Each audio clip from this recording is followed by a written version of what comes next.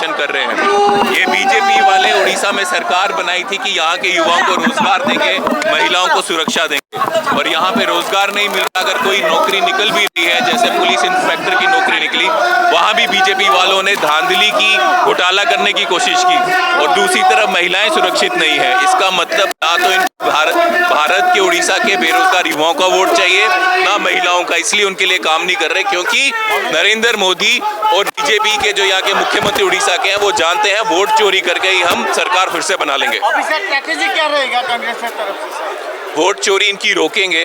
तथ्यों के साथ राहुल गांधी जी ने इनका पर्दाफाश किया है, और जिस तरह से ये वोट चोरी करते हैं, इनको पकड़ के पूरे देश में हर एक बूथ में पहरा डालकर, देश के संविधान की सोच पे पहरा डाल के वो खत्म नहीं होने देंगे, और ये वोट चोरी रोकेंगे, और फिर इन चोरों को सत्ता से बाहर करेंगे।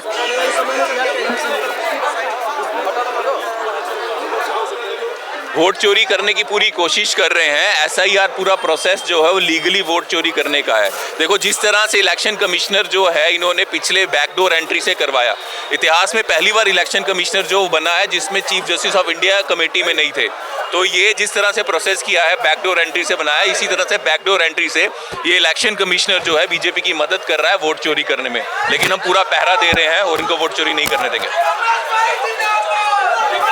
नौकरी की चोरी हो रहा है ना, वोट चोरी चोर है ये।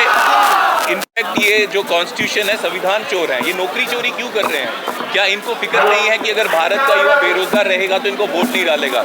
ये इसलिए भारत के युवाओं को रोजगार नहीं दे रहे, क्योंकि इनको मालूम है युवाओं को रोजगार दें या ना दें, अंत में हम वोट चोरी करके ही सरकार में आ जाएंगे। युवा चाहे हमें वोट या नहीं, इस युवाओं के साथ बेइंसाफी हो रही है। देश विदेश कोण अनुकोण टेक्निक खबर देखंतु आम सह यूट्यूब, फेसबुक और इंस्टाग्राम रे आमको देखंतु। लाइक, शेयर और सब्सक्राइब करने को आद्यम भूलंतुनि।